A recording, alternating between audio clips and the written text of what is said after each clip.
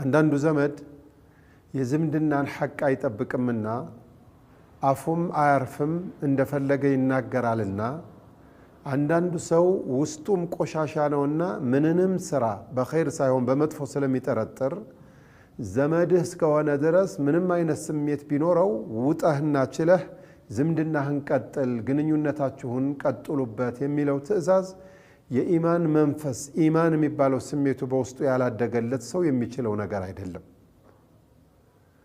ዘመዶቹ ሲመጡ አትምጡብኝ የሚል አለ። ከቤት ውጡ ብሎ የሚያስወጣ ሁሉ አለ። ዝምድና የሚቆርጥ የተረገመ ነው። አላህ ሱብሓነሁ ወተዓላ ከረሕመቱ ያባረረው ሰው ነው። አላህ ምን አለ ታዲያ? ወለዚነ የኔ ደጋግ ባሪያዎች እነዛ ናቸው የሲሉነ ማ አመረ አላሁ ቢሂ አን ዩሰል ዝምድና እንዲቀጠል ያዘዝኩትን ዝምድናን የሚቀጥሉ ናቸው። ወየኽሸውነ ረበሁም ጌታቸውን የሚፈሩና ወየኻፉነ ሱአል ሒሳብ ነገ የውመል ቂያማ መጥፎ ከባድ የሆነውን ምርመራ የሚፈሩ ናቸው ይላል።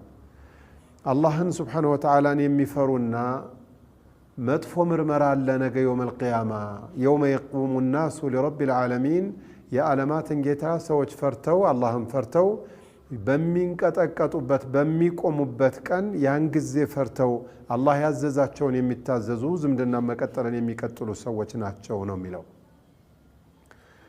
አንድ ሶሐቢ ከነቢያችን ጋር መጥቶ ዓለይሂ ሰላቱ ወሰላም ያ ረሱለላህ ይላቸዋል። ለበይክ ኢነ ሊ ቀራበተን እኔ ዘመዶች አሉኝ አሲሉሁም እኔ ዘመዶቼ ናቸው ብዬ ለመቀጠል ስጠጋቸውና ስቀርባቸው እነሱ ግን ይርቁኛል ያርቁኛል። ኸይር ነገር ካሰብኩኝ ሸር አድርገው ይፈስሩብኛል። ስቀርባቸው በመጥፎ ይተረጉሙብኛል። እንደምፈልገው ሊሆኑልኝ አልቻሉም። ከነዚህም ሰዎች ጋር ተጠግቼ ዝምድና የመቀጠል ግዴታ አለብኝ ወይ? አይፈልጉኝም እኮ አላቸው አሉ።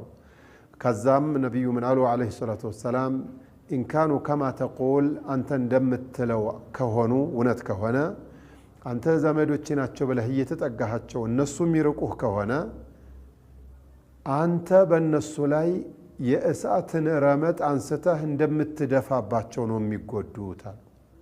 የእሳት ረመጥ ሙሉ ሰውነትህን ነው የሚያቃጥልህ፣ ከባድ ነው። እሱን አንስተህ የወረወርክባቸው ያህል ነው የሚጎዱት። በአንተ በኩል ደግሞ ከአላህ በኩል የሚመደብ ለአንተ የሚያግዝና ረዳት አላህ ይመድብልሃል። ዝም ብለህ ዝምድናህን ቀጠል ብለዋል። ዘመዶቻችን በተለያዩ ምክንያቶች እኛን ላይ ያቀርቡን ይችላሉ፣ እኛን ላይ ይጠጉን ይችላሉ። አላህን መፍራት ይኖርብናል። ከአላህ ፊት ነገ ቀርበን በምርመራው ዕለት እንዳንዋረድ የራሳችንን ጥንቃቄ ማድረግ ይኖርብናል። ይህን ደግሞ የምናደርገው ዝምድና ስንቀጥል ነው። ሁሉም ነገር ያልፋል። ሁሉንም ነገር ለአላህ ብለን እንስራ። አላህ እንዳለው ወየኽሸውነ ረበሁም ወየኻፉነ ሱአል ሒሳብ አላህን ፈርተን ነው ይህንን ማድረግ ያለብን ነው የምላችሁ። ዝምድና መቀጠል እንግዲህ ትልቅ ርዕስ ነው፣ ግን አንዲቱ አያት ቀንጨብ አድርጋ አጀንዳይቱን ብቻ ጠቀስ አድርጋ ይግባችሁ ብላ እየሄደች ነው። አላህ ስብሓነሁ ወተዓላ በዚች አያትን የምንሰራ ዝምድና የምንቀጥል ነገ በዘመዶቻችን ተከሰን ከአላህ ፊት እንዳናፈር አላህ ይጠብቀን። ኸይረኛ ሰው አላህ ያድርገን።